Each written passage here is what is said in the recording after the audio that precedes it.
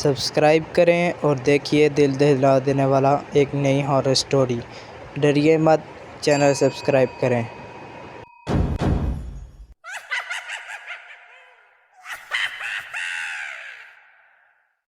और इस कहानी को स्पॉन्सर करने वाले नुमान, उस्मान और अलियान।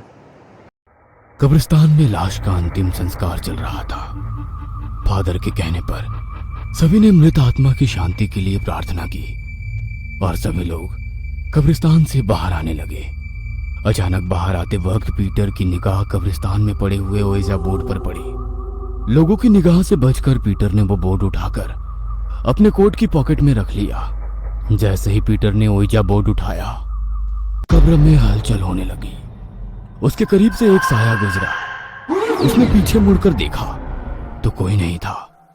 अंतिम संस्कार शहर के जाने माने रईस मिस्टर डेविड के बेटे रॉनी का था, जिसकी एक एक्सीडेंट में मौत हो गई थी। रॉनी पीटर के साथ ही कॉलेज में पढ़ता था। घर आकर रात में जब पीटर ने ओइजा बोर्ड देखा तो अपने छोटे भाई को ओइजा बोर्ड खेलने के लिए मनाने लगा। भाई, ये क्या है और इसे कैसे खेलते हैं? अरे, ये बहुत इंटरेस्टिंग गेम है।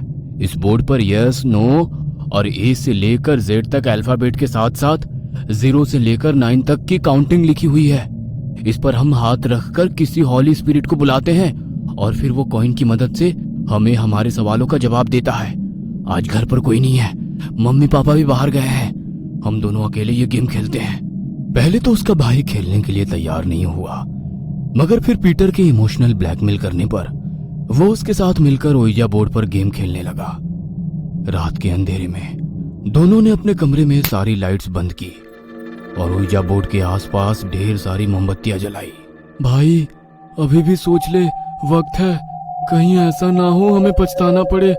वैसे तुझे ये बोर्ड कहाँ मिला? अरे तू आम खाना, गुठलियां क्यों गिनता है?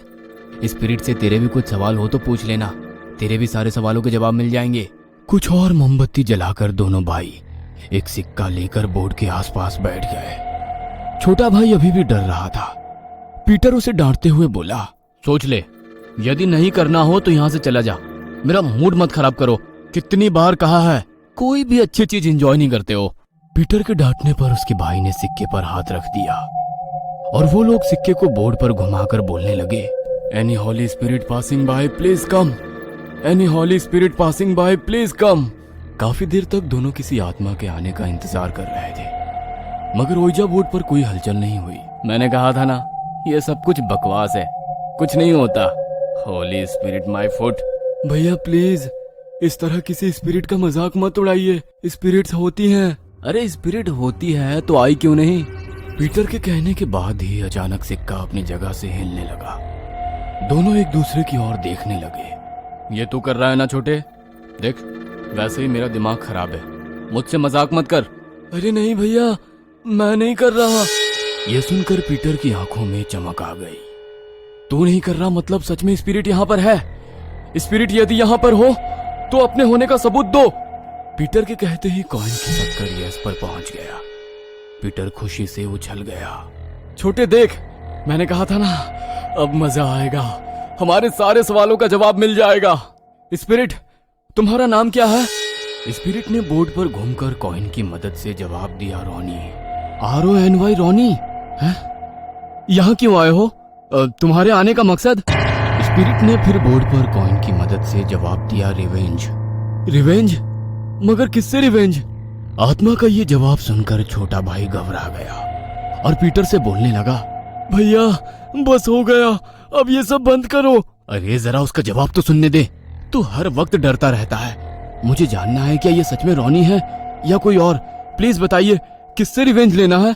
स्पिरिट ने फिर बोर्ड पर कॉइन की मदद से जवाब दिया कि पीटर। पीटर? यानी कि मुझसे? मगर मैंने तुम्हारा क्या बिगाड़ा है?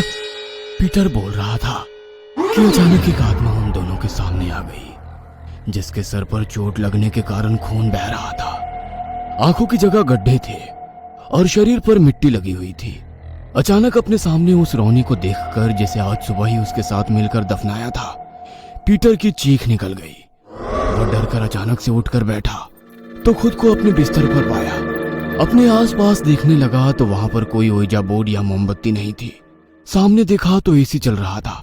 मगर वो पूरी तरह पसीने में लथपथ हो रखा था। उसने एसी का टेम्परेचर कम करके कूलिंग बढ़ाई ताकि उसका पसीना सूख जाए और पास रखी पानी की बोतल से पानी पिया और उस ओइजा बोर्ड के बारे में सोचने लगा।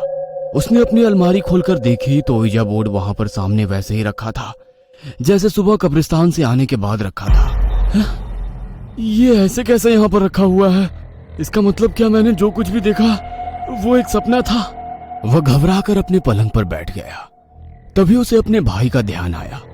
उसका भाई पलंग पर नहीं था। वो उसको खोजने के लिए जैसे ही अपने पलंग पर से उठा, अचानक पूरे घर की लाइट चली गई।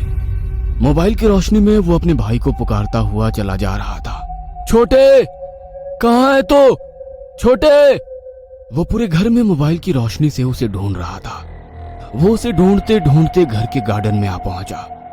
चारों ओर अंधेरा था, केवल मोबाइल की टॉर्च जल रही थी।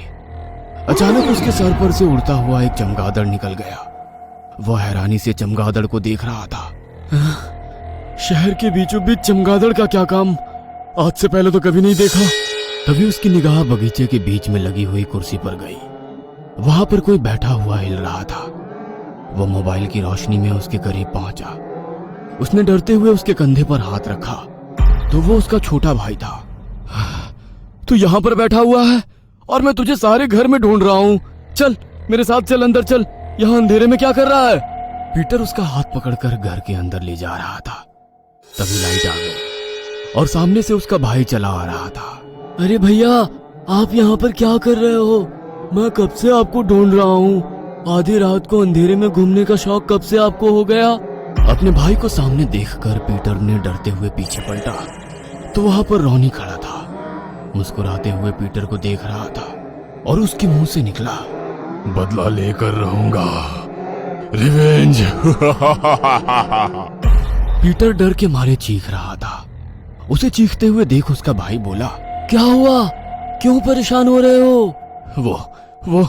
वो रॉनी खड़ा हुआ है। कौन रॉनी? किसकी बात कर रहे हो? वही रॉनी जिसकी स्पिरिट ओइजा बोर्ड के कारण यहाँ पर आ गई। वो मुझसे बदला लेने आया है। क्या हुआ? सब कुछ ठीक तो है? अभी आपको रॉनी दिख रहा था, अब आप कोई ओइजा बोर्ड की बात कर रहे हो। और बदला? किस बदले की बात कर रहे हो? क्या किया तुमने? पीटर डर से रॉनी की ओर देख रहा था। तुम्हें याद नहीं, थोड़ी देर पहले हम लोग ओइजा बोर्ड पर स्पिरिट को बुला रहे थे। रॉनी की स्पिरिट आ चुकी है, वो अपना बदला लेकर रहेगी। पीटर की बातें सुनकर उसका भाई उसका मुंह सूंघने लगा। कितने बार कहा है, यदि शराब सहन नहीं होती तो पीते क्यों हो? कौन सा ओइजा बोर्ड? कौन रॉनी? होश में तो हो। चलो चलकर सो जाओ, सुबह बात करेंगे। मैं सच कह रहा हूँ, वो बदला लेने आया है। लेकिन उसका भाई उसकी कोई बात नहीं सुनता और उसका हाथ पकड़कर उसे कमरे की ओर ले जाने लगता है। पीटर जैसे ही पीछे मुड़कर देखता है तो वहां पर रॉनी खड़ा था। सारी रात दहशत की वजह से पीटर को नींद नहीं आती है। अगली सुबह वो चर्च पहुंच जाता है और फादर के पास जाकर सारी सच्चाई बताता है। माय चाइल्ड, तुमने जो कुछ भी कहा वो मैंने सुना, मगर तुम्हें कन्फेशन करके रॉनी की आत्मा से माफी मांगनी होगी। शायद वो तुम्हें माफ कर दे। कन्फेशन बॉक्स में खड़ा हुआ पीटर बोल रहा था, रॉनी मुझे माफ कर दे, मुझसे बहुत बड़ी गलती हो गई। सोचते हुए पीटर कॉलेज के उस दिन में पहुंच गया जिस दिन रॉनी की एक्सीडेंट में मौत हुई थी। ए पीटर सुनो, मैंने तुमको देखा है, तुम कॉलेज के बाहर एग्जाम के पेपर लीक कर रहे थे ना। साले, जो लोग साल भर पढ़ते नहीं पेपर खरीद के अच्छे नंबरों से पास हो जाएंगे, और जो लोग पढ़ते हैं उनका क्या? रॉनी, मुझे सिखाने की जरूरत मत कर, मुझे पता है क्या करना है और क्या नहीं। मेरे मामले से दूर ही रह, समझा? वरना कहाँ गायब हो जाएगा ना, किसी को पता नहीं चलेगा। पीटर, तू मुझे धमकी दे रहा है? देख मैं तेरा क्या हश्र करता हूँ। गुस्से में रॉनी अपनी बाइक लेकर कॉलेज से निकला ही था कि उसके पीछे पीछे पीटर बाइक लेकर निकला और किसी को फोन लगाकर बुलाया। अचानक राइट साइड चलते चलते रॉनी के सामने एक ट्रक आया और उसकी बाइक को टक्कर मारकर चला गया। टक्कर बहुत जोरदार थी। रॉनी का बैलेंस बिगड़ गया और वो जमीन पर गिर गया। ट्रक तो वहां से निकल गया। पीछे से आ रहा पीटर रॉनी के करीब आया और बोला, साले बहुत हवा में उड़ रहा था ना, देख तेरा क्या हश्र किया। कहते हुए वो उसके आसपास बाइक घुमाने लगा और थोड़ी देर में उसके शरीर पर से बाइक निकाल कर ले गया और रॉनी तड़प तड़प कर वहीं मर गया। कन्फेशन बॉक्स में पीटर जोरों से रो रहा था। माय चाइल्ड पीटर, तुमने गलती तो इतनी बड़ी की है कि रॉनी तो क्या, गॉड भी तुमको माफ नहीं करेगा। मगर इंसान यदि अपनी गलती मान लेगा तो भगवान भी माफ करने के लिए एक कदम आगे बढ़ाता है। God bless you my child. हम रॉनी की आत्मा की शांति के लिए विशेष प्रार्थना करेंगे। पीटर उदास होकर चर्च से बाहर निकल रहा था कि उसे रॉनी दिखाई दिया, मगर कल की तरह गुस्से में नहीं बल्कि एकदम शांत खड़ा था। ने मुझे माफ कर दिया। वह रोड पर बिना देखे रॉनी की ओर जा रहा था।